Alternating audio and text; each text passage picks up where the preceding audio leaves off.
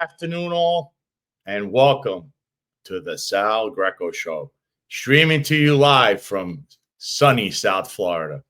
I hope everyone had a good weekend. Thank you for tuning in. If you're watching us on YouTube, please hit the like, share, subscribe button, hit the notification button. If you're watching us on X right now, also, if you can, please hit the repost button and share this out. So, listen, it's been a wild weekend. Of course, the first order of business for me to mention before anything else, and trust me, there's going to be a lot of subject matter on this show. This weekend, of course, I had referred everyone to watch the WWE and WrestleMania. It was a big event. I've seen a lot of stuff happen on the Pat McAfee show. So I'm just going to give a roundabout here of what went on the show, at least the main points for all the wrestling enthusiasts. So John Cena, he won his 17th World Championship. John Cena now is, I guess they call him the greatest of all time. I don't believe so. I think he's one of the greatest. Of course, he was better. But it's the first real WrestleMania lead up without Vince McMahon, who is the true brainchild of the World Wrestling Entertainment. So also the main events of each night. One, obviously, I mentioned John Cena, which was night two, which was left a lot. Night one was a triple threat. That's Seth Rollins versus CM Punk versus Roman Reigns. And we had Paul Heyman, who's made a lot of headlines because he went on Pat McAfee show. And he in real life is the best friend of CM Punk. And he was the manager or special counsel to the tribal chief, a.k.a. Roman Reigns. And he actually turned on both of them and became aligned with Seth Rollins. It was probably one of the greatest matches of all time in WrestleMania. It was so much going on. Drew McIntyre's match was pretty good too also. But there is a shocking photo of Paul Heyman aligning himself with Seth Rollins, who won the main event of night one. And, of course, the following night, which is the big Monday Night Raw, which is now on Netflix, they came out, and there's Braun Breaker, the nephew of Scott Steiner, Big Papa Pump, and the son of Rick Steiner, the Steiner brothers, of course, that legacy of wrestling. They came out, and they basically left CM Punk and Roman Reigns laying. So there's a little bit of the storylines. I'm sure the ratings were huge last night. It was a big night. But WrestleMania, of course, once a year, in my opinion, leaves a lot to be desired as far as a show goes. There have been prior WrestleManias that were better, but it was the first without any input from Vince McMahon. So we'll leave it there. Of course, WWE is the soap opera for guys, or I don't know, the young adults in the nation. But a lot comes out of there, like one President Trump. Remember, he comes from that world. So now we're going to get into some real news here. So the Chicago mayor is in the news, right? Remember him? He was on the Hill there, Capitol Hill, and he was testifying to the migrant shelter crisis that was going on. Not migrant shelter, but the misuse of funds. Now he's in the news again because right here you see Chicago Mayor Brandon Johnson, whose approval rating has reportedly fallen to 7%, is facing projected budget deficits of up to $1.93 billion by 2027. That city is in a hole, and he's also misused funds for migrant shelters, illegal immigrants. He's one of the worst mayors in the country, probably on par with someone else. And who is that someone else? The mayor of New York City, Eric Adams. Well, before we get to him, I was going to bring up something that happened also over the weekend. So we have discussed at length about the former chief of department, Jeffrey Madry. We've discussed his little scandal he had there, where we discussed the overtime issues that were going on and misuse of overtime and so many other things. So there was a lawsuit that actually got my hands on before anyone else, and it involves former Lieutenant Epps' nephew. So here it is, breaking: a powerful civil rights lawsuit filed by NYPD recruit Emilio Andino alleges racial harassment, sexualized abuse, and retaliation simply for being related to whistleblower Lieutenant Quatisha Epps, who exposed misconduct by former Chief Jeffrey Madry. Filed in the New York County Supreme Court by civil rights attorney Eric Sanders, the case reveals how institutional loyalty and silence protected misconduct while punishing the innocent. Allegations include racial slurs and hostile training environment, sexualized verbal abuse involving a minor, biased investigations and coerced resignation, retaliation stretching across 3 commissioners, Caban, Donlin, and now I guess the continued to be pushed Jessica Tisch.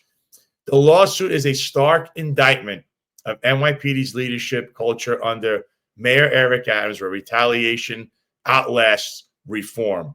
So this was a bombshell of a lawsuit that comes in regards to once again the Madry investigation, and also I like to throw in there that there's some details like the PBA union telling this guy you should just resign. So the victim is usually the guilty party, and it sounds like more incompetence. And I know people that are involved in there. There's chatter amongst the New York City Police Department. I like to point this out, like John McCarr and Eric Dim do. When you say someone is a good guy or good girl, whatever, but then we notice that they make mistakes, they have bad behavior or bad tendencies as a supervisor. I understand this person might be good, or they let a lot of questionable things slide, like you come in late 5 minutes, they don't say anything. That doesn't mean that they're not guilty or have done something wrong here or have some kind of guilt as far as their behavior. So I see a lot of that chatter, and that's ridiculous because, if you are going to defend someone, you just say that you may not agree with what they do. You would stand by them as a person and hope to see this investigation through. But to say that they're automatically the victim is a liar and guilty, that's exactly what's been going on with all these lawsuits and claims, and why, you should always read things and do your own research before we jump on the victim. But then there's a second lawsuit that was also filed by Eric. And this is important because I covered this when it initially came out as a complaint. We've run this precinct like the mafia. That's what senior NYPD officials told Lieutenant Emilio C. Rodriguez when he refused to ignore political favoritism, fraudulent overtime, and sexual misconduct tied to the commissioner's inner circle. Rodriguez followed the law. NYPD retaliated. Now he's fighting back with a verified complaint exposing systematic discrimination, institutional corruption, and retaliation for protected activity. This case is not just about one officer. It's about what happens when integrity threatens power. And of course, you could read the full lawsuit, which I've covered in the past. And who does that involve? That is part of the 34th precinct nightclub extortion racket that we've covered at length with who? The Caban brothers, that stemmed from their time at Conso Frito and everything that went on there. So that is part of this lawsuit that now is being it's a verified complaint. So now we're going to jump into what we're trying to say, because where does that lead to? The mayor of New York City, Eric Adams. So Eric Adams, of course, would be the person overseeing all this misconduct. Of course, as you know, he is loving the nightclubs, and he loved Conso Frito himself. So there's a few things that just came out. I believe that few prosecutors that were in his case just resigned. I believe 3 of them just resigned. I was breaking before. Another 3 just resigned. See, 3 more prosecutors resigned over the Adams case, refusing to admit wrongdoing. They had been placed on administrative leave after refusing to abandon the corruption case against Mayor Eric Adams. We will not confess wrongdoing when there was none, they wrote. So they're officially gone. And what was that all about? Basically, it looks like it was a wink and a nod, a quid pro quo for the president of the United States, for him to jump on this immigration enforcement bandwagon, which I stated numerous times, no matter what he does as the mayor, the police department cannot cooperate with ICE. There is a law. It's been, actually was put in by city council, okay, and it just can't be enforced. So, and here in the email, prosecutors Selena V. Cohen, Andrew Rohrbach, and Derek Wickstrom said that Todd Blanche, the Deputy Attorney General, had placed a condition on reinstating him that we must express regret and admit some wrongdoing by the office in connection with the refusal to move to dismiss the case.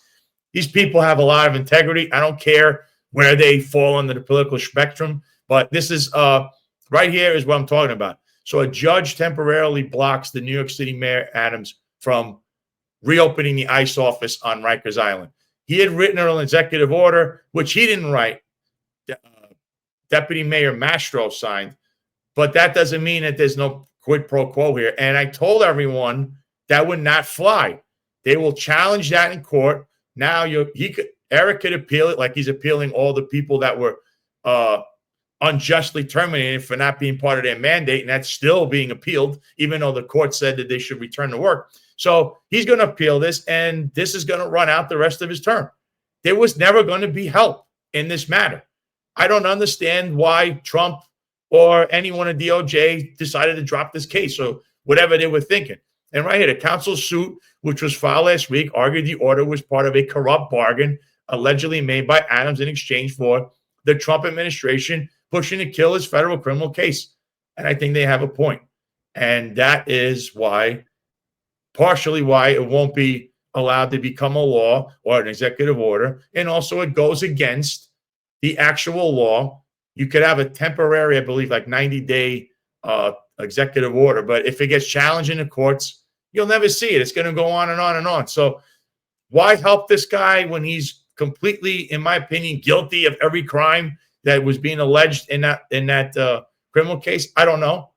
But now it's more egg on the face of the administration. So, and now three career prosecutors resign, and you could have your thoughts, make value judgment, but those people have integrity to actually leave a steady job that has benefits and everything, and their whole career is now done because they had to swallow their pride for Todd Blanche, who clearly, what a great job he did as President Trump's attorneys in his criminal cases, because he was found guilty everywhere. But this guy's supposedly a great lawyer, him and Emo Bove, who such a great job being deputies at the attorney and the DOJ as deputy attorney generals. So that also is a lead into who? Andrew Cuomo, right? Andrew Cuomo, as we know, is running for mayor. But look at what just happened here. The House Republicans asked the DOJ to charge Andrew Cuomo for lying about calculated cover-up of New York nursing home debts. Now, I agree that he should have been criminally referred about 5 years ago. It's a little 5 years too late.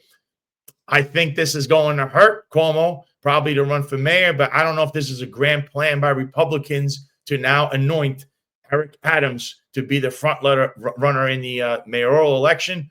If you're a criminal, if you committed criminality, I think, they definitely should be investigations or indictments or criminal. But at the same time, how is that looking?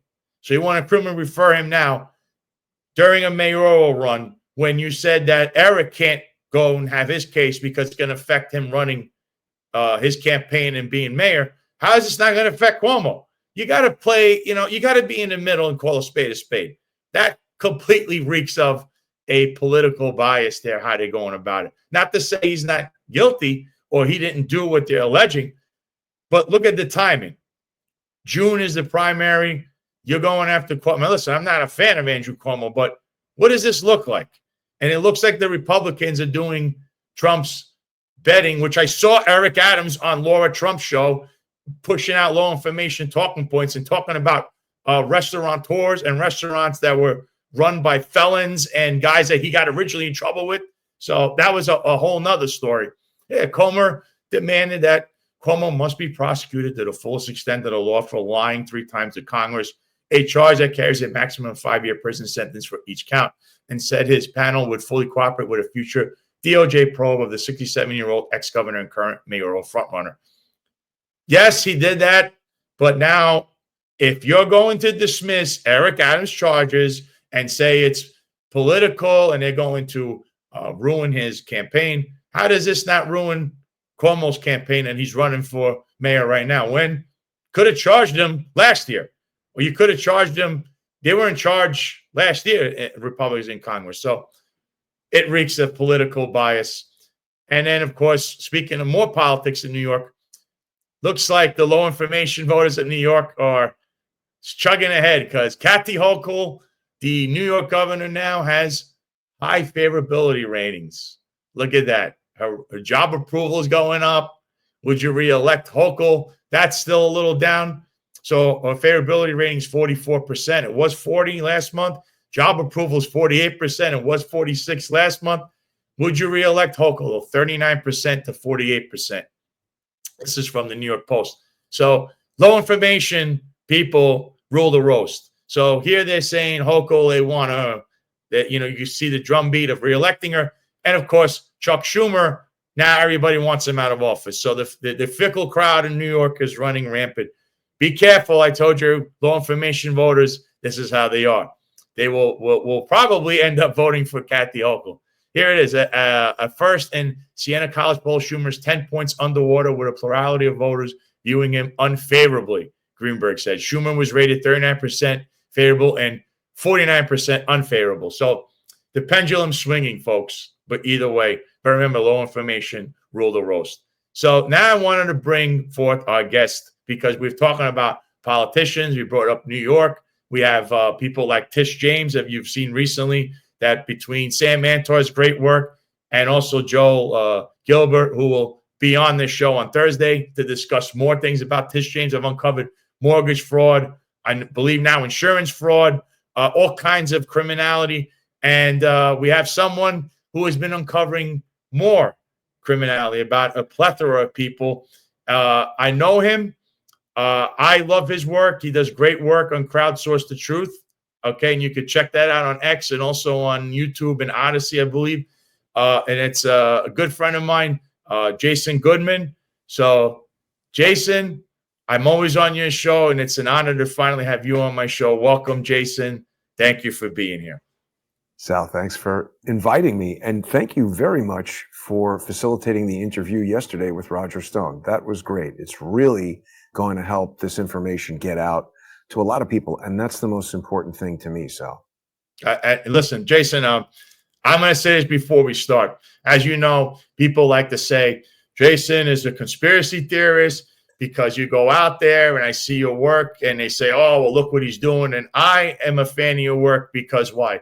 What you do is you ask questions. Many things that end up happening start with a theory. People say conspiracy, not a conspiracy, but guess what? That's where things start.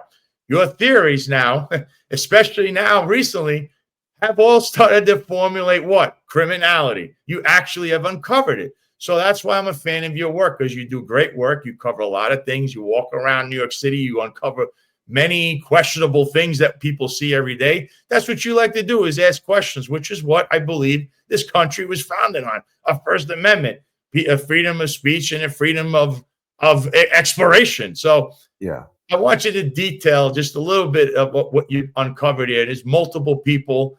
I don't know if you want to talk about who they are, but let's begin with your first person that you found some questionable activity with. Absolutely. And before I get into this tweet storm that we're going to go on some details about, it's important for people to understand, I'm not like some guy who sat around thinking, ooh, I'm going to do an investigation and create a big, whatever. This all came about, believe it or not, Sal, 8 years ago. I've been conducting this investigation for 8 years. And the thing that's happening is, walking around on the streets, absolutely. But I've been doing another kind of walking around on the streets, which isn't actually physically walking, but I've spent 8 years being put through the ringer in district courts around the country, not criminal, but civil. And it's been a really interesting education for me. Now, before we get started, I also need to tell your viewers, I'm not an attorney. I've never been to law school. I don't have a Juris Doctor degree. I have no ability to prosecute anyone. I can't even represent anybody in court except myself. But all of the evidence that I'm about to share with you, I have obtained from public domain records, government websites, official filings. This is stuff that's called self-authenticating evidence. And what I mean by that is you can't just say, hey, here's a video of a person doing XYZ, that's evidence. I realize on YouTube and on Rumble and on Odyssey it's evidence, but in court, evidence needs to be authenticated. That's why people raise their right hand and say they swear to tell the truth. Once that person raises their right hand in court and says, I recorded that video, that is a true copy of the video to my recollection, I swear under perjury. Now that's been authenticated. The evidence that I'm using are officially filed documents on government websites, documents that themselves are essentially court documents, signed and sworn to under penalty. And these are self-authenticating documents. So if somebody has signed signed a deed or signed a mortgage agreement, and that signed document contains false statements, and if they've repeated those false statements year after year after year, and if they're a sophisticated attorney and a member of Congress or a prosecutor in the Department of Justice or a judge or something like that, any kind of excuse that a lay person like you or I, Sal, and frankly, I would have a hard time making this argument now just because of my history of moving in court, a judge would say, I don't believe you, Mr. Goodman. It's already happened. At times when I actually didn't know what I was doing, I would tell the judge, they'd say, why did this happen, Mr. Goodman? And I'd say, well, Your Honor, I had no idea that was something I was supposed to do. I'm a pro se. I got yelled at by a judge who did not believe that I didn't know what to do on this particular instance because she told me at that time that she had never seen a motion to disqualify. She said in 30 whatever years as a judge, she's never seen a motion to disqualify filed by a pro se. So she felt that my argument that I didn't understand every aspect of legal procedure was implausible. The point I'm getting at here is the people we're going to talk about right now, Sal, including this first guy, Andrew Weissmann, these are among the most sophisticated lawyers in the Department of Justice. Weissmann, everybody knows from the Mueller investigation, he was at one time the head of the organized crime division in the Eastern District of New York U.S. Attorney's Office, and he was the general counsel at the FBI, the top lawyer at the FBI. Now, this breaking story from just a few days ago, not even a week ago, is when I started this investigation. This tells us about how Weissmann allegedly purchased a $7.5 million, well, it was two adjoined condominiums for $7.5 million.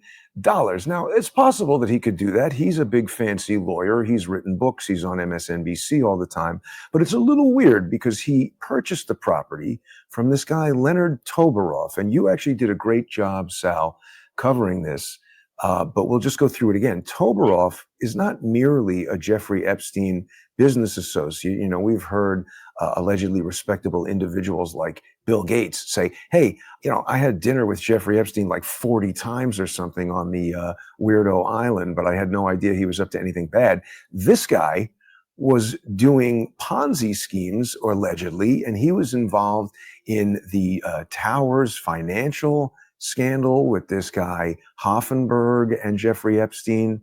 Toberoff, Epstein, and the guy named Niederlander had invested in this thing called Riddell Sports that was the subject of some legal action. And it came out in testimony that the money, $1.6 million for this Riddell Sports investment, had been stolen from investors, and Hoffenberg was involved in this $460 million Ponzi scheme. But, you know, Toberoff, he doesn't get convicted. He doesn't care. He's just rolling along. Separately, they had been involved in this Penwalt Corporation deal. And, you know, among New York Wall Street people like Charles Ortel, everybody knows about this scandal.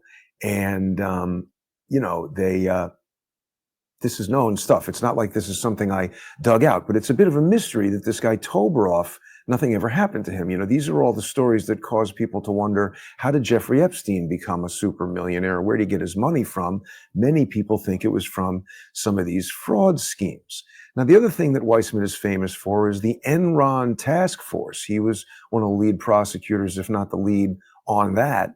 And that it's getting a little old now. There's going to be some people who don't remember that, but Enron was an energy company in California that had created essentially a stock market for energy where the price of energy would go up or down based on demand. And as you can imagine, there was alleged to be manipulation within this market and companies went out of business. This was basically a big financial disaster that very few people, I think, really understand, and that our buddy Weissmann was right in the middle of it. Now, the other thing that's weird, and Sal, it's a little difficult for me to gauge deals like this because I don't know if you have, but I've never bought $7.5 million worth of real estate, let alone try to finance it. But it seems weird to me that you're going to buy the $7.5 million thing. I mean, don't you need 20% of something? Shouldn't this at least be 1.5 million? And even that sounds low. Maybe a bigger transaction, you need more upfront. I don't know. But, this is all written about in Crane's New York Business, which might give the appearance of transparency, but this is a puff piece PR thing that's basically advertising. This condo is probably $25,000 a month to rent. And really all this does is probably attract renters that Weissmann can now get some income from. But here's where it gets crazy. This is the kaboom, Sal. Weissmann, he signs this mortgage agreement, and people can see the signature and the date. I've highlighted it here. It's April 26th, 2023, okay? And the thing that's crazy is this mortgage comes from First Republic Bank, which goes into FDIC receivership. When you go to the bank and it says FDIC Depositor Insurance, Correct. This is like a government-backed insurance company that when your $15.6 billion worth of deposits on record go belly up, they just give you the 15.6 billion. And that's basically what happened. The FDIC put this bank under control of JP Morgan Chase. I'm told JP Morgan Chase did not want it and resisted this, but somehow was coerced or maybe even forced to taking it over. And it's strange because 5 days, the bank would know that there's a problem. And it seems weird to me that they'd be giving out $1 million loans. Particularly Weissmann's loan was particularly odd. It was a 30-year, what they call a jumbo arm, an adjustable rate mortgage that starts out at 4.95%, and through the terms of the contract can go up to as much as 10%.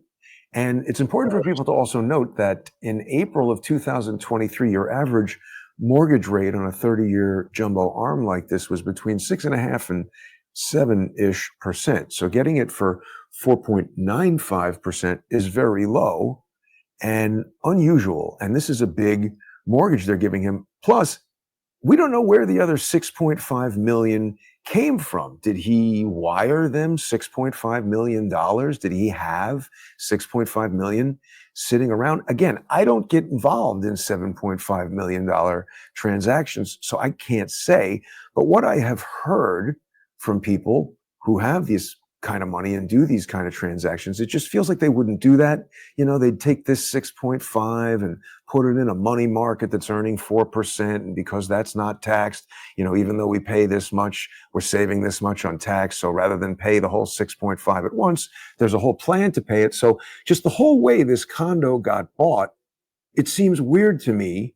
And Weissmann, he really should know, because as I said, he's not a retired police officer. He's not a retired cinematographer. This guy is one of the nation's foremost experts when it comes to prosecuting and understanding complex financial fraud. I think he also might be one of the nation's experts at perpetrating it.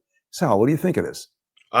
Once I saw this, the biggest thing that sticks out is you're saying what you found is a 6.5 million that's missing, right? First of all, when you get a loan from what I understand, when you get a loan for property, especially if you're, a real estate person, you do need 20% down for $1 million loan. There's no record of this. So there's no record of money going down. 6.5 million, I think in your next thread will prove that there's no record of the 6.5 million. So essentially, I think it looks right now that is $1 million that was gifted to him. The rate is ridiculously low, and that this bank 5 days prior to going under, approves this. Just so you know, Jason, much like the police department, there's false safes and there's checks and balances. You have to get this through many executives through a bank. Right. You got to run. So the way this is even not a done, surprise. yeah, Right. that is a big problem here. 5 days prior to this bank, and they know it was closed. Don't anyone here that's watching that thinks the bank, the owner of the bank, the people, executives don't know that they're probably going under in 5 days. Don't think they don't know that they're going under in 5 days, and they approved this loan.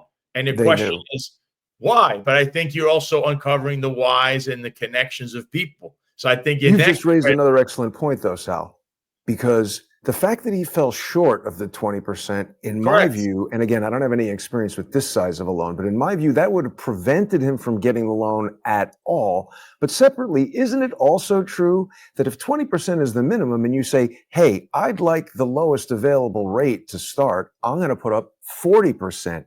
Isn't that the type of thing that usually encourages the bank to give you a more favorable rate? This is somebody who's got their act together. They've got the money up front. They know what they're doing. They want a lower rate. They're paying all this money. They're a lower risk than somebody who can't even make the 20%. Nothing about this loan makes sense at all. So let's dive into the second series of tweets about this. And so now we're getting to, some of the more details. Oops.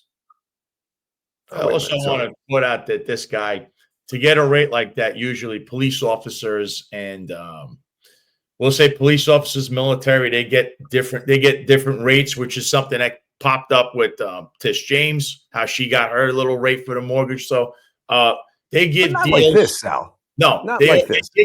They give deals to cops and military. This is a red flag because you want to know, how did he get locked in at that rate, despite the fact the bank was closing, and then ultimately, as you uncovered, was basically then taken over by JP Morgan, which is probably the biggest bank in the world. Exactly. So they're not going anywhere. And just to be clear, initially the 4.95 was not locked in. It's an arm, and there would have been some schedule for how it was going to go up, making his payments against that 6.5 million or however much was outstanding. Well, it's just $1 million that he got the loan for. But anyway, the point is, the whole thing is screwy as can possibly be, because there's just no record of him ever paying against this $1 million loan. And there's no record of where the 6.5 million came to. And, because of the nature of the way this sort of forced absorption of the failed bank worked, JP Morgan Chase was forced to lock in this rate at 4.95% for 10 years. So it really does seem like Weissmann knew that this failure was going to happen, and he finagled some kind of crazy deal for himself. JP Morgan was forced to assume the loan, couldn't renegotiate any aspect of it. They never challenged the underwriting. They didn't demand any changes, and they just locked in this crazy low rate for 10 years. And there it is in the document. I'm not speculating about this. This is taken from government websites where these are public filings that these people must disclose. And the fact that they know that, this just demonstrates how brazenly these people will violate the law. So we're talking about how this was so far off market. It's crazy and all of that. It doesn't make sense for the bank to approve this, let alone 5 days prior to them going out of business, they're approving it. So again, I think the checks and balances and the false safes, somebody have had, in my opinion, that you have to at least, somebody there has to know him. There's got to be a favor being done, because a JP Morgan will say would not approve this. A big bank would not approve a 4.95% fixed rate for something that, and then the loan itself is in question. The way the structure of this loan is in question. So for me, I don't understand how this was approved. I really don't. Well, let me ask you something, Sal. Before we go to this next tweet, let me ask you something. Yeah. Let's just go back to video for a second of you and I. All right. Well, there we go. So, Sal, we're going to talk also, when we get done with Weissmann, we're going to talk about Adam Schiff and Jamie Raskin, because that's a really good example. What they do is different than what Weissmann did, but similar to each other. And when we get to the end of that, we're going to find out that when you actually, I mean, it's always sit here talk about 4.95%, 7%, whatever on $1 million over 10 years. How much actual money are we talking about? Because you know what? If somebody came to you and said, hey, I need you to file or not file this thing, and I'm going to give you this lunch bag with $1 million of cash in it. If you had some family member who was sick or something that you needed to do with that money where you couldn't resist, there's some calculation somewhere where someone could be coerced to do something.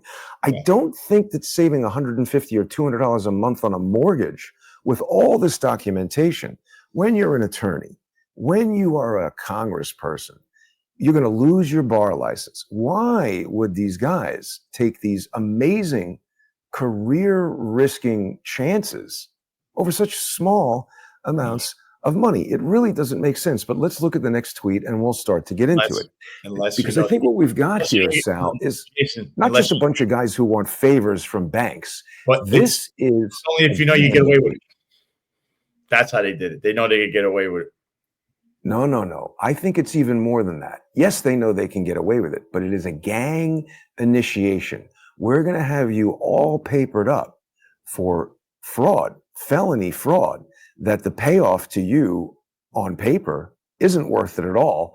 But this is your initiation into the gang. Now, once you're in it, we're going to have you do other lawfare things. That's why this is the lawfare loan scam. And this is just one component of a lawfare enterprise that has penetrated the United States government, attacked the Constitution, and smashed the separation of powers doctrine. We'll get to that. Yeah. But so it's important to understand how Weissmann plays into the Stormy Daniels trial and what his relationship is to Michael Cohen and this whole Letitia James driven trial, because it's true that the research done by Sam Antar and Joel Gilbert, it inspired me to go back to the 8 years worth of documentation I had accumulated on these people and to start looking at some of the same things that they had looked at. And sure enough, just like Tish James is messing around with complex legal structures and obscure little filings on documents that 99% of the public could look right at and they wouldn't know what they're looking at. These guys are all lawyers.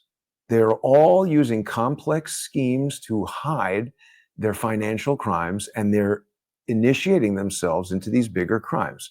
So, okay. So under closer scrutiny, it just looks like Weissmann's got nothing to do with this. But if we actually look at the case, we see a pattern that emerges, and it's showing us this lawfare enterprise. It has the capability of suborning secret illicit payments. And by that, I mean this organization coerced Michael Cohen into paying Stormy Daniels. That was something that we knew back in May 2024. Another lawyer. Another Michael Cohen. Exactly. That's why this is the lawfare network, and this is the lawfare loan scam. These are all lawyers, and these are sophisticated scams. Sal, when somebody hands you a legal document, do you dive into it right away, or does your head spin and you say, oh my gosh, I can't understand this? Most people cannot understand them. That's why they're doing this. Now, here's where it gets really interesting. I had previously presumed, because the payout was so low, and because Michael Cohen testified under oath that he hadn't told his wife about this, I presumed that must mean he took a loan against some property that was not marital property. Correct. Okay? I presumed he had some bachelor condo somewhere that he was renting, or some hunting cabin or something that maybe wasn't that valuable, and he could only get a $130,000 loan against it. But no, that assumption was wrong. We should never assume anything. He got a $500,000 home equity line of credit while he was under investigation by the FBI. It should never be not just from any bank, Sal.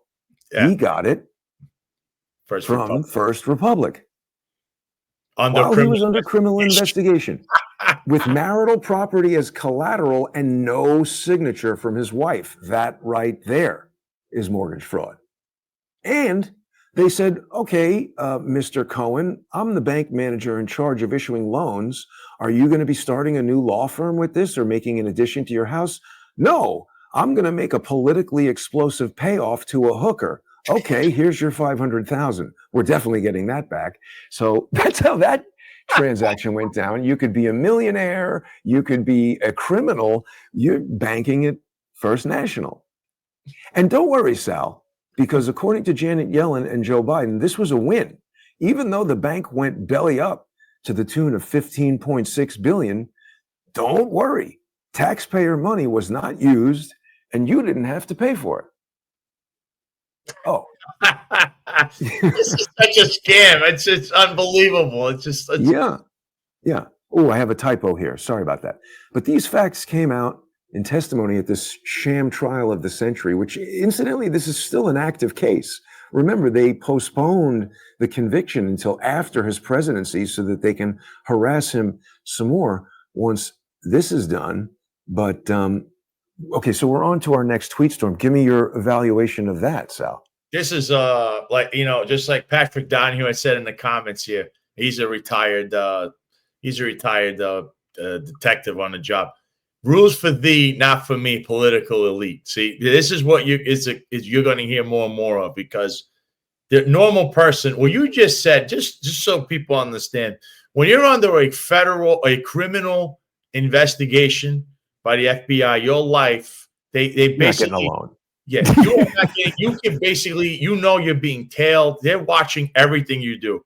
So unless they're going to charge you, but they're being almost entrapment, like they know you're going to a bank. What are you doing? Because unless it's like you said, it's for lawyer fees, your law firm.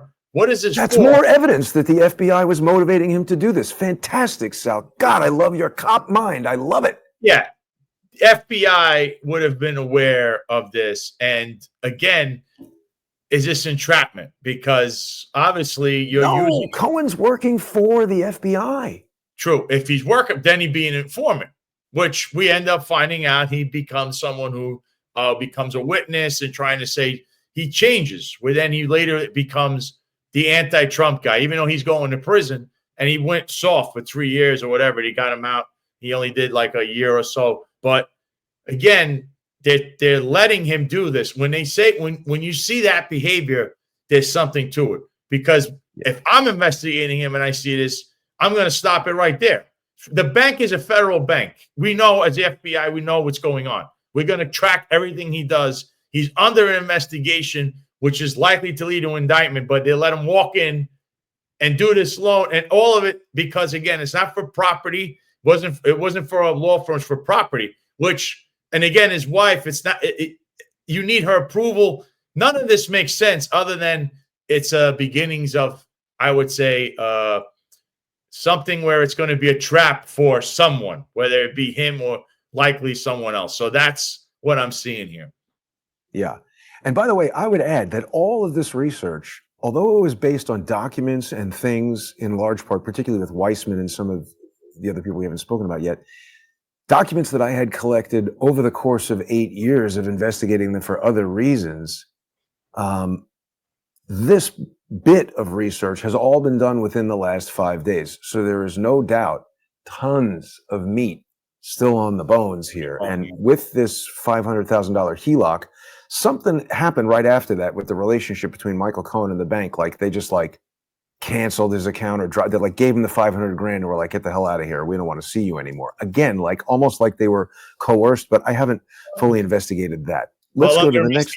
That's the best part. Still under investigation. Let's go to the next tweet thread. And this is one of my favorite AI images that I've ever created, Sal, because what started happening now is the research started really picking up steam and people were getting interested. And so somebody sent me an article from the Gateway Pundit about, it was Joe Hoft sent me the article. He's like, hey, this is great reporting. Did you see this? And I was like, Adam Schiff, also involved in the mortgage scam. And I said to myself, well, now, wait a minute. He's a lawyer too. And he is a lawfare practitioner as well. Big time. And he's a melon head. So I created this cool graphic of him on the melon gravy train, on the mortgage gravy train with his melon head. And I'm now tweeting at Ed Martin. I noticed that Ed Martin is following me. He's the U.S. attorney. So, I mean, I can't say if he will or will not act on this, but he seems to be aware of these facts, and that's very good. So the question that I'm posing is, Schiff now is trying, because this is why this went to Ed Martin, because Schiff had put out a whole video where he's saying like, hey, we absolutely have to block Ed Martin. And I was like, well, why? And I figured again, I know nothing about Ed Martin. And I just figured if Adam Schiff is against him, he's got to be a good guy. Yeah, he's trying to uphold his hearing for his appointment to the U.S. Attorney of D.C. The confirmation. They're trying to block it. She's trying to hold it. Schiff was trying to play games there. Right. And I think this is why, because back in 2003, now this sounds a little bit more like a regular house that a guy who is a lawyer and has a family would buy. $610,000 in 2003 in Maryland. Sounds like a regular, 4 or 5 person family house. But here's the thing. He's the congressman from California. And just 5 days before this, he buys this house in Burbank. And when he signs the mortgage document, oops, wait, we got the wrong screen there. No, I'm showing that shows that he's involved. Look what he's doing now. He's a constant. If you look right here, U.S. Senator Schiff urges National Archives open investigation into use of non-governmental apps and inclusion of private citizens on sensitive national security communications. When was that article published? That was Tuesday, April 22nd. Okay. They're doing that because of me, because I dropped trowel and put a gigantic turd into the Signalgate punch bowl with my amicus brief. I've decimated that case by pointing out right, you did the Federal Records Act, that this American Oversight, also a lawfare component, they're the plaintiff. So it's American Oversight versus Pete Hegseth and all the other people in the cabinet. And they're bringing this action under the Federal Records Act. One of the components of my amicus brief is I point out that the Federal Records Act does not have a private right to action. Individuals, corporations, nonprofits cannot sue members of the government for violations of the Federal Records Act. Only the National Archives can do it in court, and it's an administrative action, not a civil action. So I pointed out that defect in the amicus brief that has now been on the docket for a week, 8 days, after being illegally delayed by Bonesman in Chief Boasberg, who, when I saw that he was doing that, I entered a motion under Rule 59E telling Boasberg that he was violating the Constitution and my rights. And amazingly, he said, "You're right." And he put the motion on the docket. That statement from Adam Schiff is directly and secretly trying to cure the defect in the Signalgate case that I pointed out. I also have had a feeling that this new allegation against Pete Hegseth is designed to counteract what I have put in the court. Sal, I have graduated from being chased around the tree by George Webb and his brother to being chased around the tree by Adam Schiff and the judicial branch of the United States government. I'm moving up. Soon to be Congress too. You got Jamie Raskin on your tail. Let's go back to this image though, because we can see it's Adam Schiff buying a house in Burbank, and he's a little bit upset that I've discovered it. He wanted this to keep secret, So look at the look on his melon head. But there's his signature on the document. I'm not making this up. So he signed legal documents because the thing that gets him right here, and this is amazing. This is one of the best parts of the whole investigation. I don't even think we need any more investigation or necessarily even a trial, because Adam Schiff has put himself into a legal double bind. Let me explain. He's the congressman from California. And by law, he must live in California in the district that he represents. Mm-hmm. So he purchases this house in Burbank, May 30th. 5-6 days later, that seems to be the magic time frame, he buys another house in Potomac, Maryland. And on the mortgage for that house, he signs, and it says that he promises that he will occupy this place as his primary residence within 60 days of signing this agreement. So the legal double bind is that if he signed honestly on this agreement, he committed fraud when he represented to Congress that he lives in the California district that represents Burbank. And likewise, if he was honest when he represented to Congress that he could legally run as a representative in Burbank. Then he committed mortgage fraud when he signed this particular document, Melonhead Strikes Again. But there's more. He's in a double right now. Here's the thing. He's caught on two ends. If he's not guilty of one thing, he's guilty of the other. Either way, yes, no escape from that. And here's more evidence that he's done something wrong. So again, these aren't, lay people who are uneducated. This is not a construction worker or a doctor or somebody who doesn't know anything about the law. This guy is making law, and he's impeaching the president. This is a sophisticated lawyer. So 2009 to 2010. Now look, I just want to say something, AJ. See what Patrick Donahue is saying? It makes sense now why so many of the department executives, the NYPD executives, seem to get involved in real estate. Yes. Right. There seems to be this is a nationwide scam. We're not in a deficit. More than half of our money is being stolen by these people.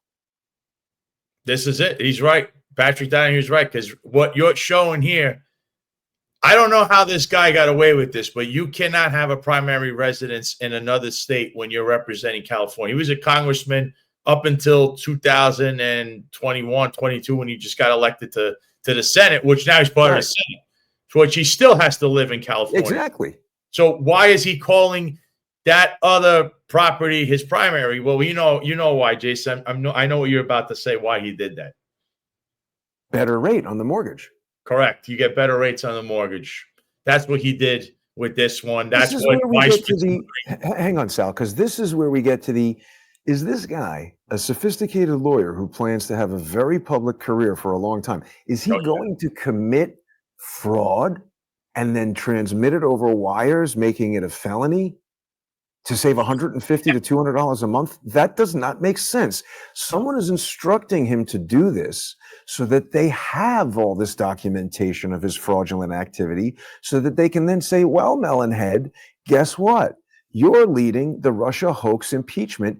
Get out there, and I don't care how false the information is, you are going to say again and again and again that Donald Trump is a Russian agent, or all of this mortgage information is going to explode all over the internet. Now, nobody contacted me and said, hey, I have mortgage information about Adam Schiff that we want to destroy.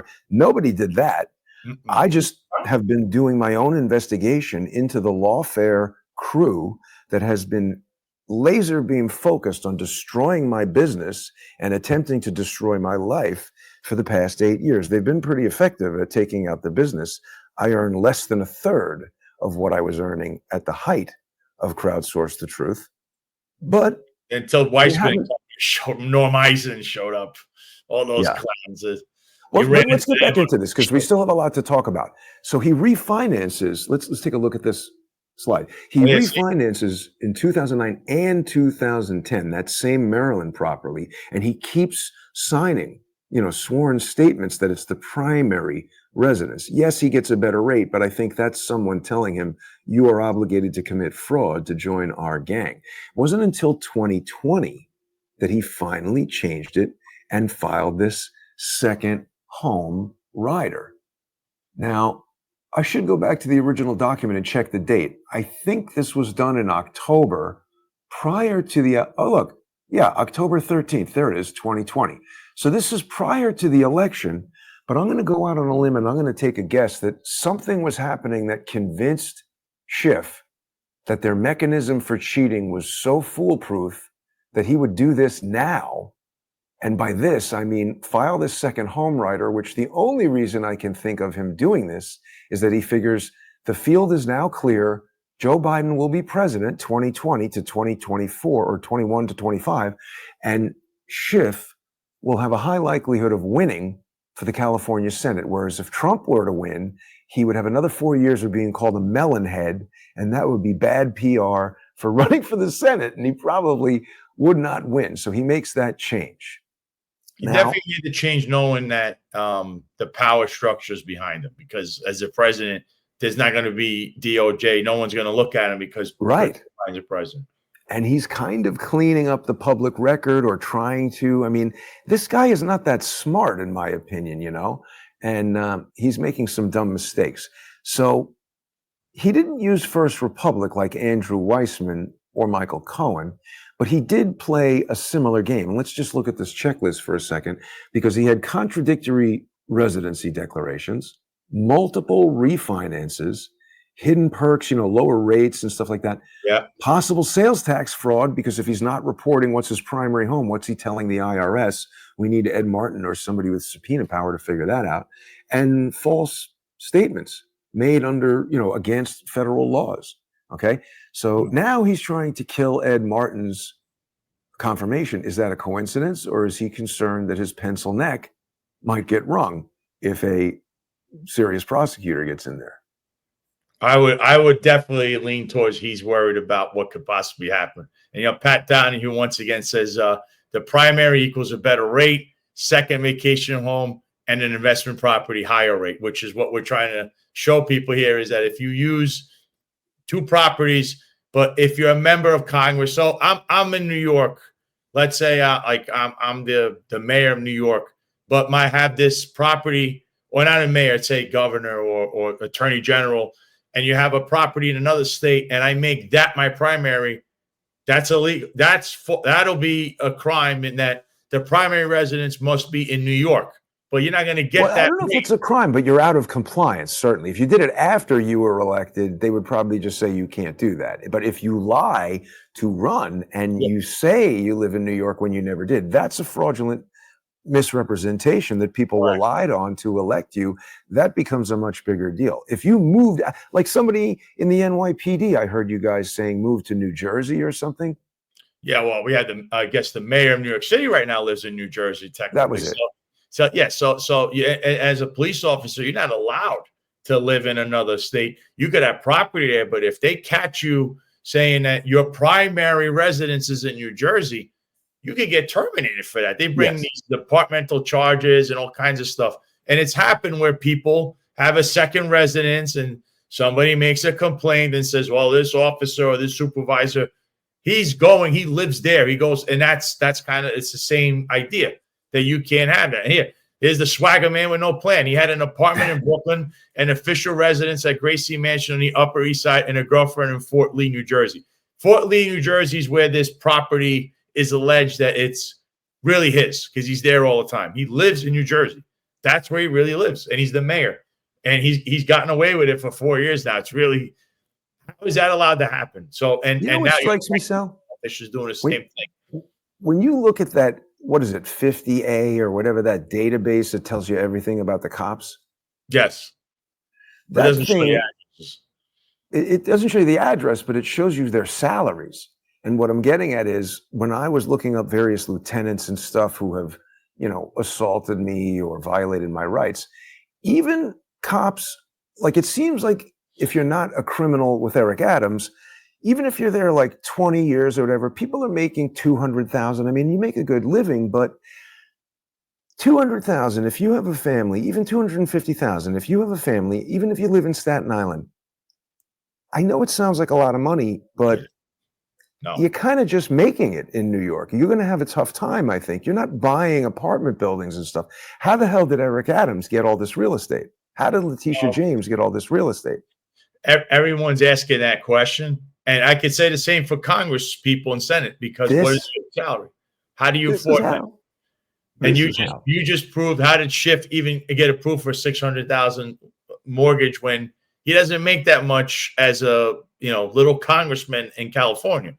Unless, again, some kind of secret squirrel income, some kind of friend in the bank, a lot of favors being done. And like you said, they're propping people up, because your theory is that, of course, that they're making them do that so that they can tell them we control you, which is some apparatus in this lawfare community is telling him what to do. Because the common trend also here is these people are all anti-Trump people, but really they're all lawyers. Yeah, they're lawyers, and they've instigated this narrative of the Russia thing, which Schiff was all over. Then later on, now recently, this kind of stuff hindered Trump in his first presidency. And now they're starting up the Signal Gate thing. They're trying again. Yeah, it's the same people. It seems to be. Absolutely. I'm so glad you said that. You're 100% correct. 100% correct. So what is that Let's next? look at this last thread here. Yeah. Let's look at this one. We have, So this is the most recent one. So this is the most recent one. There is another one cooking, and this investigation is far from over. And anyone who gets the notion that they want to like run me over when I leave here or something like that, the information is already to the people who can act on it. I'm just making cartoons about it. So this is the nuclear bombshell report. How many members of Congress participated in this lawfare loan scam? And I asked that question because I just started to see these patterns that made me feel like, well, let's see. If the first 2 or 3 people that I've investigated, I've got a 100% hit rate so far, let's keep going. And so Raskin came up, he was in the news, and people were saying, hey, Congressman and lawyer Jamie Raskin also has some shenanigans going on with mortgages. And I noticed that he pulled off essentially the same deal. You acquire real estate, you do some fancy lawyering to hide the money trail, and you walk away clean from a legal standpoint. So Raskin, again, these are more realistic numbers. We're talking about a $371,000 house in 1990 that you're getting a $285,000 mortgage on. This sounds like more realistic terms for a loan for a regular person from the bank.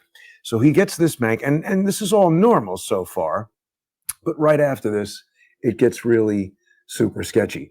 So in 1993, he took out another mortgage for $202,000 from something called New America Savings Bank, another one of these ARM adjustable rate mortgages, also at 5%, lower than average mortgage rates at the time.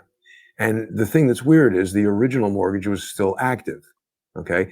And then it gets immediately sold to a third party, the Franklin Group. So maybe not exactly the same as the bank collapsing, but we're shuffling the paperwork around, we're shuffling the ownership around, whoever, what happens when you do that.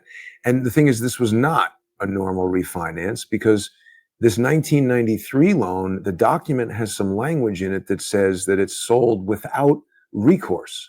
Now, this is a legal term that means the original bank walks away. They're giving you this loan, but you can't come back to them if it turns out that nobody is paying on the loan. It's a weird clause. And see, the other thing that is a unique similarity between each of these perpetrators, yes, they're each lawyers, but what that does is it allows them to write these legal agreements themselves, without the interference of a pesky third party who might be, I don't know, maybe averse to fraud. They might say, oh, but Mr. Raskin, you can't do that. Of course. And you say, hey, get out of here, other lawyer. I don't want your advice. I'm doing this. Yes. So it closes the loop. 2 people can keep a secret if one of them is dead or the other one never knew about it in the first place. But here's the craziest part, Sal. 1994, just the next year, Raskin and his wife file a $0 deed, which transfers the property from themselves to themselves. So I think that's self-dealing. I don't know exactly what the nature of this scheme is, but it doesn't seem normal. And you can see it goes a deal by and between Jamie B. Raskin and Sarah Bloom as joint tenants to Jamie, it's from them to them. It's a screwy deal right here, but that's what he's doing. So he sells the thing to himself for reasons that I don't understand and still can't explain. But then self-dealing. This guy's self-dealing here. Oh yeah. But then this loan gets satisfied, not by the original grantor, but this thing, the Franklin Group. And then it gets closed out by something called Barrett Mortgage Company, which is a completely different entity that doesn't appear anywhere else. So, I mean, again, I don't claim to know what all of this means. I've just gotten very good over the past week at finding these documents and identifying anomalies in them. We're going to need some kind of banking or financial expert, or actually probably some sort of criminal expert to figure this out, because it just doesn't make sense to me. But he took out these 2 loans. There's no sign that he ever paid either of them. And then 2 different lenders just erase them. There's no explanation. And then, I mean, I ask the question, is this standard lending, or are we at Jamie's laundromat here? Which, Sal, I know you don't do your dry cleaning here. No. It's not your kind of place. I won't do the dry cleaning or wash my clothes anywhere where Jamie Raskin is, who, again, I don't know. He looks like the human chia pet to me. I don't know if you'd see the top of his head looks like a chia pet. To be fair, The guy's had a medical issue. I believe he had a hair transplant, and the donor site was the pubic region. So we want to be sensitive to that. Oh, I didn't know that one. But I'm kidding. His That's not medical advice. his hair is definitely, it sticks out to me every time I've seen this guy. I'm like, the visuals on him are just, dude, I don't know, man. Just wear a hat or something. Just, I don't know, wear a Hulk Hogan bandana, Yep. Yeah, something for you, maybe. Pat Donahue saying, Sal, maybe someone needs to take a look into the real estate entity run by some Bronx, Manhattan North executives. These are police executives. Absolutely. There might be stuff in his portfolios, JC. It might be onto something. There's patterns I think so. across the board with mortgages and what's a primary residence and money that now you have a bank that I believe took one bank is taking over for the other bank, and the money's never, it just dies. It goes, we don't know why. No one repays the loans. And you've seen that and then again. Who buys those banks? When do they get bailed out? Like, what is happening here? I'm speechless with this stuff. Lampwork says I could never work in a brokerage environment. Wolves, cutthroat, dudes got ski mask in the desk drawer. And that seems to be what we're uncovering here. But it seems that it's for an eclectic group of people, per se. We're not talking about the average Joe, where they're telling you, no, we can't give you a rate, we can't give you a mortgage, you don't make enough. And that's kind of what we're seeing. And, the country and the financial state has been, especially under the last president, to see this kind of stuff and to see the way they treat regular people is disturbing. That this is going on. Marlon chiming in too, especially NYPD executives close to Phil Banks like Ray Jenkins. That was a guy that worked in the office of the mayor of nightlife or whatever that was called. These people, Jason, I think they might have some skeletons in their closet when it comes to buying property, mortgages. And I want to add another thing to what you're saying. Has anyone checked if any of these bank executives are donors to these politicians at all, that they donated money at any point to any of their campaigns, whether either them, their immediate family, or their spouse? I have not. I don't know. I mean, there's so many areas for investigation here still. We've got just a few more tweets to take you through, and then we'll be done. But let me just finish with this. We've basically got a recipe here, Sal, because even though they're using different banks and stuff like that, what these guys do is, so remember, Weissmann, he got a $1 million loan from First Republic. The bank collapses days later. J.P. Morgan takes over. And there's just no trace of the repayments. And I just don't think these could possibly be accidents. These men are sophisticated attorneys. These are not dumb mistakes. These guys are modern day bank robbers, in my estimation, and they're stealing all this money from each of us.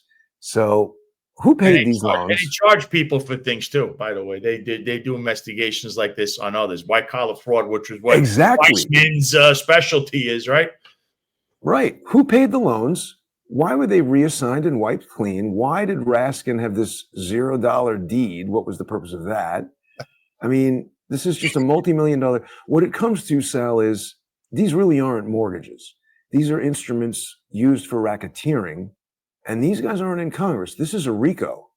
This is a racketeering influenced corrupt organization that has penetrated and permeated not just Congress, but Congress, the executive branch. So it's the executive, the judicial, and the legislative. This is a subversive effort to sink the United States government, to end our constitutional republic, and to replace it. You're going to love this word, Sal. They replaced it with a clandestine, crowdocratic critocracy, a hidden control by criminal judges. That's the word Marlon uses. That's what he's Marlon Bethel, who's part of the Finest and Filtered family. He's mentioned this all the time. There it is. There's the word, kleptocracy, also referred to as democracy. is a government whose corrupt leaders. This is a cratocratic critocracy. The cratocratic part is thugism. The critocracy part is rule by judges. So it's a clandestine, cratocratic critocracy, a hidden rule by evil judges. And it has replaced the constitutional republic that is supposed to control this country. That is why every one of these judges is stopping Donald Trump. That is why these judges bring cases against people for January 6th and put them in prison.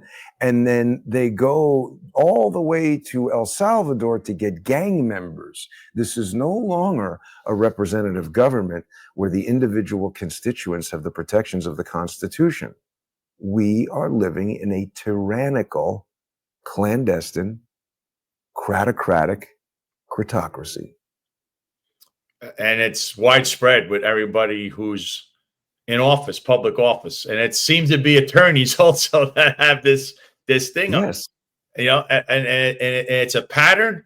And as police officers, especially anyone who's in here, like Pat Donahue, like Marlon Bethel, could tell you, patterns lead to problems, which we then have to solve, which we're seeing a pattern of the mortgages. They're led all over the country. It's people in office that are what? They're all attorneys. So far, Weissmann, who wasn't running for office, but basically he covered up mob murders. He is Robert Mueller's pit bull. If you remember Roger Stone's raid on his house, it was on the meta tags of that indictment, which somehow CNN had before 9 a.m., which was 9 a.m. when the court even had it.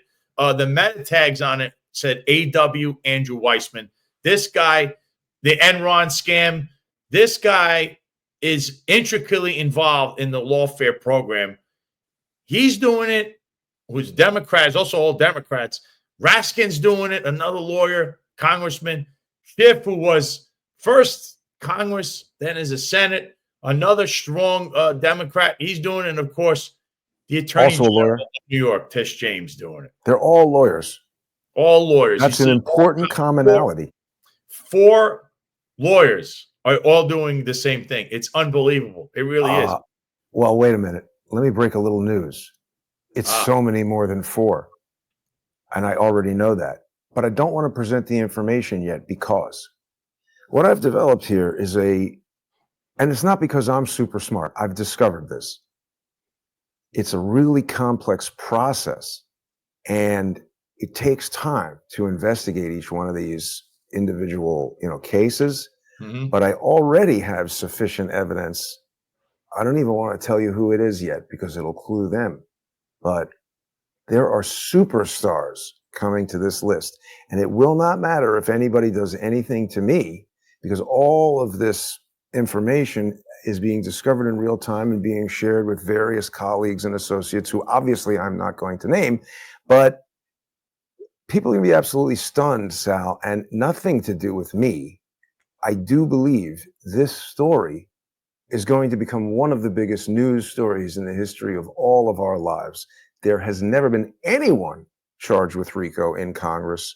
And what I am alleging is that it's essentially been replaced, and not just Congress, the entire government or substantial portions of it throughout each of the three branches, effectively eliminating the co-equal balance of power, checks and balances that are supposed to be there. This is going to be the largest RICO in the history of the United States and probably the biggest scandal in the history of the government, my opinion. Listen, I think you're on to something. You hit like a goal, a vein. You know how the old miners used to do. You hit the vein and you keep mining that, and you go all the way to the core. Now old Jed's a millionaire. I think you're on.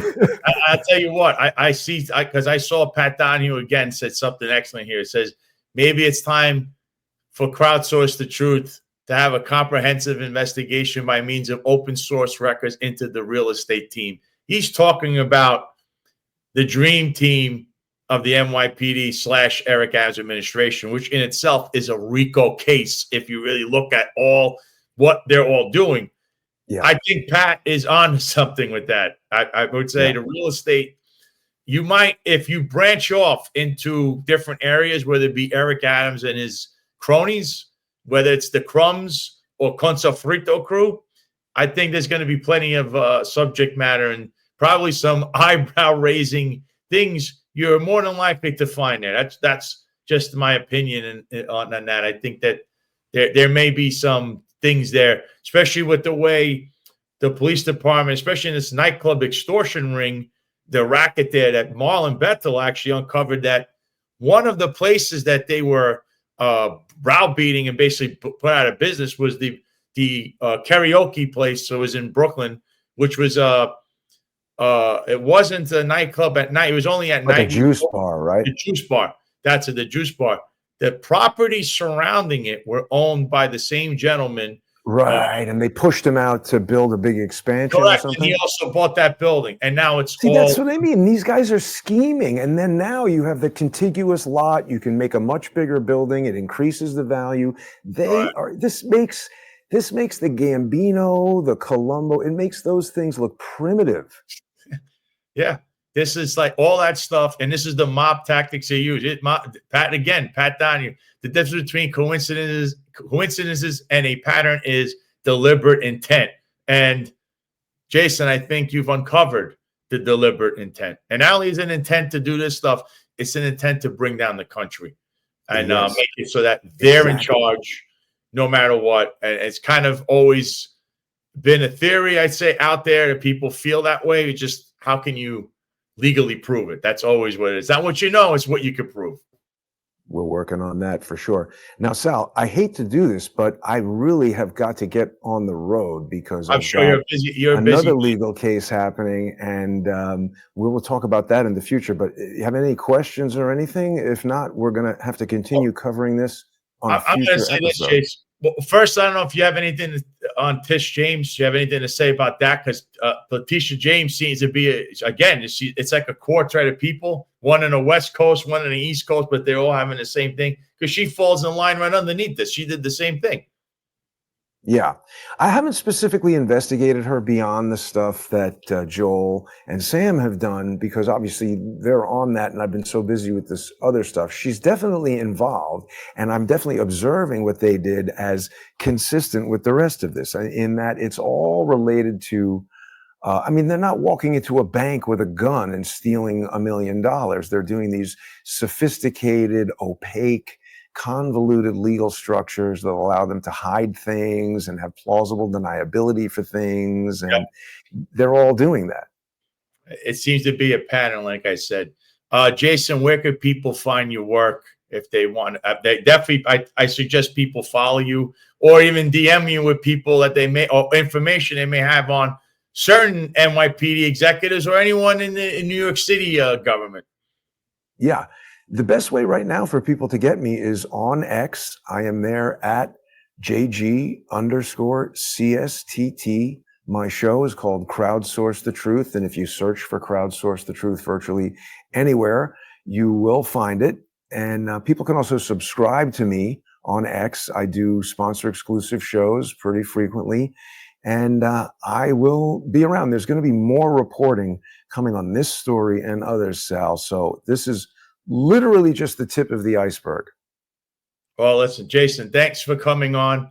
The Finest Unfiltered family, we like to thank you for coming on and exposing what seems to be a ring of corrupt lawyers running around thinking that they run the country and could basically subvert the laws and also bring everyone, including the voters, to their knees. And man, I just want to, when you find any more information, you let me know. You could come back on. I'm sure you're going to be hitting some more individuals that are in the government and whatnot. So not to give away too much, but this is here. There's a comment from Dorothy Naz. He needs a Doge job working with Elon, but the only thing I hate is no one is ever charged, even with all this evidence right in our face. Only the Democrats can get away with this, but Dorothy, there's hope because Ed Martin, who's the U.S. attorney, is staring right at this. That's as much as I'm going to say.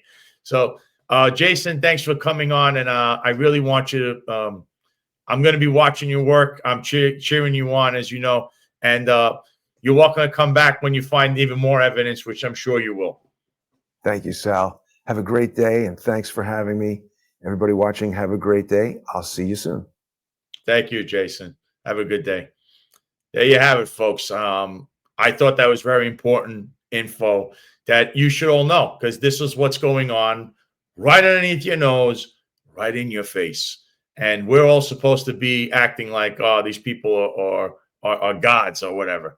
And here's just right here, this is the Juice and More bar, okay? And in a previous episode, which you could go back, when I had Marlon Bethel on, we break this down, how this place, which is closed now because the NYPD with their nightclub extortion racket, which you will now read about in the lawsuit if you watch the show just about an hour ago when I showed the lawsuit regarding Eric Sanders with Lieutenant Rodriguez, what he's alleging will lead to this, what happened here. This place is no longer in business, and the property surrounding this is owned by an individual. I forgot the name, but it's a real estate company, but they own the lot next door and the lot to the other side, and now they're going to buy that building. So the whole thing is done, as Marlon Bethel puts, it reeks of strong-arming things, using the police department as your, I don't know, foot soldiers, especially who you could have that's corrupt, like the Cabans, and you run around and allegedly you browbeat people into submission, so then the real estate people could come in and take over. So we're going to see how that property even develops.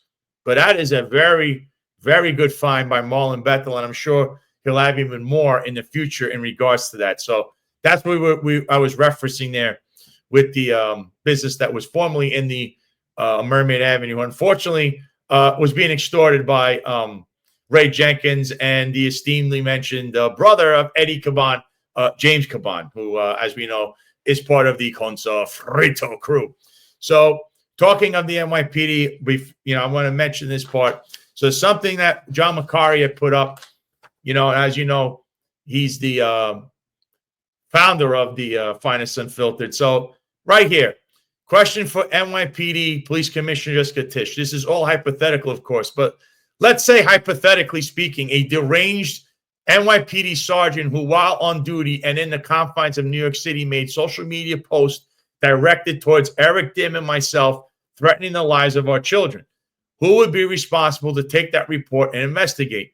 The below evidence was turned over to NYPD Internal Affairs over a year ago, and absolutely nothing has been done. 4 investigators, 2 Group 1 COs, 2 chiefs of internal affairs, and 3 police commissioners later. Please have those who are responsible to uphold the integrity of the department. If there is any left, refer to your complaint reporting guide. You see this? These are the photos of this All Cops Are Woke moniker on Instagram. Look at the stuff that they were sending. These are the posts. See this? If you think this is okay, or you think this is a joke, I mean, this might be in the locker room. Cops might think this is funny. It's not funny. This isn't funny, and you're doing this over the internet. It's actually a federal crime. And New York City needs to file that report. It's not on John Macari or Eric Dim to make that report. It's on New York City. Jessica Tisch, who everybody in the media there seems to love, so far is letting corruption flourish in the NYPD, which, again, I'm going to state that there's a little birdie, little allegation in the background that someone has come forward and has made allegations that Miss Tisch has been taking bribes. Now, apparently that's being investigated. I don't know at what level or to what extent, but that's what a little birdie said. The same little birdie was pretty accurate about a lot of different people. So just to let you know what is being said about this woman. She also apparently has not cleaned up anything in regards to what occurred in the chief of department overtime scandal, because they just picked on Paul Saraceno, who's a deputy chief in our office, and he's the fall guy. Oh, he got terminated. Fedorov is still there. And I know people are going to say, Chief Fedorov's a great guy. I work with him. But he allowed all that corruption to flourish underneath him. But he's a good guy, great guy, wonderful guy, you know? And there's the post with Paul Saraceno that was broken exclusively by the Finest Unfiltered. And it says right here, his termination is pursuant to Chapter 514 of the laws of 2011. If a member is dismissed from the NYPD for any reason other than a felony conviction and the member has at least 20 years of allowable police service, the member will be deemed to have retired as of the date of his dismissal and will suffer no loss of rights or benefits from the PPF. If a member is convicted of a felony, the member may forfeit any right to a retirement benefit. This law applies only to members who are terminated after September 23rd, 2011. So there was no trial. There's no charges. He just got terminated, and as he's the fall guy. No, Jessica Tish, that's not the answer. Nothing ever happened in Madry. Clearly, you suspended Quatisha Epps and did nothing with that because she was the one making the allegations. She can't sign her own overtime slips, and she complained to your staff, EEO and company, you know, Wendy Garcia, who had to run and hide in corrections because God knows how many cover-ups went on there. So this is a system that's completely broken and serves only the people in charge, right? So Jessica Tish, what are you going to do about this? I don't think you're going to do anything. I think I can foresee John McCarty and Eric Dim in a courtroom bringing forth some evidence against the NYPD, New York City, I don't know, the mayor's office, whoever is involved in all of this stuff. And you'll have to answer that in the court of law and probably in a federal court or a state court, because there's never, the police department never, ever does anything until they're forced to after a court proceeding. They don't answer to anything. They think they're above the law. They're really, like I said, they use them as foot soldiers, meaning executive. They're the foot soldiers of these politicians. And also the lobbyists, special interests, they also use them as well, as we are seeing with this nightclub extortion racket. And basically that's the gist of all of that. So I hope that something occurs. If not, I would be prepared that you're probably going to see some legal issues in the foreseeable future here for the NYPD in New York City in regards to this matter of how a deranged police department personnel attacked two podcasters and think that's funny and normal, and also threaten the lives of their children. It's really disgusting, in my opinion. So I was going to, though, of course, mention one final thing where we're going to get into a little bit of sports here at the end. I noticed last night that Fat Joe was at the Knicks game. Fat Joe, as you know, is I believe he's a platinum member of Conso Frito. And anywhere he goes, you know, and it's funny, he's sitting there with 50 Cent, but his pal, who was the mob associate, self-committed criminal that ran Conso Frito, and his other buddy, he you know, he's also a convicted criminal, Fat Joe. I don't know why Eddie Caban would be hanging around him when he was a police commissioner, but remember when he said congrats to Caban? It's like the kiss of death, apparently. He went to the game and they lost. It's funny how he's associated with 50 Cent when his pal was buddies with P. Diddy. I don't know how that works. So just finding it funny he's there and they lost. So that's unbelievable. The kiss of death, Fat Joe to the New York Knicks. And we're going to bring up baseball. There's the standings. Oh, well, there's the game. The Pistons won 194. But we're going to bring up baseball. And here's my Mets last night, who I thought should have been the MVP last year. Our shortstop, Francisco Lindor, had 2 home runs. We beat the Phillies 5-4. We're on a hot streak. I think we won 5 in a row. We're actually in first place. I think we might have the best record in the National League so far. And I know it's early, but again, with all that money being spent, I would expect them to be either 1 or 2 as far as best records in Major League Baseball. But exciting baseball in Flushing, I could say. And it's good to finally almost feel like the 80s are back with the Mets, where we were the Miracle Mets and we won 108 games. We won the World Series. We're perennial contenders every year. That's how I remember growing up. I'm just hoping that I'm right. And here was another one. Here's Lindor again. He's been red hot. This was the other night in a walk-off. Look at that. He had a bomb. This guy, folks, is worth all the money. He was, remember, the first big spending of Steve Cohen as the owner. He actually, I think he wined and dined Francisco Lindor personally, because I believe he didn't have a GM at that point, or they were restructuring as an organization. He went out of his way to make sure he made Francisco Lindor the cornerstone of the team. So there you have it there. I also like those black jerseys they have, the all black ones and the blue pullovers, which are great. And of course, I do follow Marlins. I think they're in third place, but they win or lose. They're more of a project, we'll say, in the major leagues. They're a young team. But the Mets, of course, that's my team, and I will always support them, and it's nice to be in first place. And finally, let's get to highlight, as you know. So Friday night, the Chargers were playing. They did win. They beat the first place team. So right now we're in fourth place. Yesterday, the Renegades played. They played the first place team. They won. So here's an update of the standings. The Fireballs are on top. I believe they're going to be in first place. They clinch either first place or second place. They're guaranteed in. The second place team, which is right now the Renegades, they're also in the playoffs. The third place team is the Devils, who are playing the Warriors on Monday.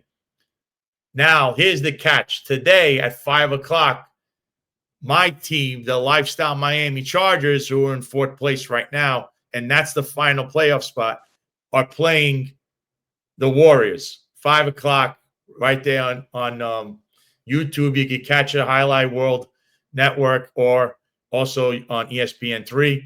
So this I believe was on Friday that we won. We won this 4-2. I believe shout out to Zuleika, who's the star of the team and played excellent. There he is. And it was very important to win this one. So today is at 5 o'clock. If you can watch. Go to highlightworld.com/Battle Court. You can check it out also on ESPN3. You can also check it out on YouTube. It'll be live. If we win or we tie, we're in the playoffs. A win guarantees it might even finish third or second, depending on what happens on Monday. But the Warriors are the only other team that could possibly make the playoffs. Either the Warriors or the Chargers. Everyone else is locked in. So highlight, of course, the sport of South Miami, as you know, was on Miami Vice many years ago. But it is a fun time. And I guess that'll do it for us here. Tune in tomorrow. The 8:05 Live, the finest unfiltered, will be on. That's going to be with John McCarr and Eric Dim. Also, Executive Perspective with Ron Layson and Rob Lukash. They'll be on 17:05 Live right here on X on YouTube, or 5:05 p.m. Eastern. You got to check that out. And, of course, Finest Unfiltered is always on Monday, Wednesdays, and Fridays at 8:05. So I hope everyone enjoyed the show today. Again, if you can, like, share, subscribe, hit the notification button. Also on X, if you can, share it out if you're on there, repost it as well. And on Thursday, we'll be having Joel Gilbert on, who will be discussing, I guess, allegations of insurance fraud by none other than another Consafrito alumni, Letitia James, the esteemed and under fire Attorney General of New York State. So signing off here, thank you all for tuning in. Thank you for the comments, especially Pat Donahue. We always need a good cop in the chat. Here's one last one. One that the statute of limitations have expired regarding the department's decade-long involvement in policing in Haiti. To be continued on that. You're actually correct, because I remember a lot going on there. So thank you all for tuning in, folks. So as usual, like the state here, we're signing off from South Florida, a sunny place for shady people. So this is a biblical moment. You know, when Jesus was on the cross, he said, God, forgive them, for they know not what they do. all these Negroes who are asking me to step down, God forgive them.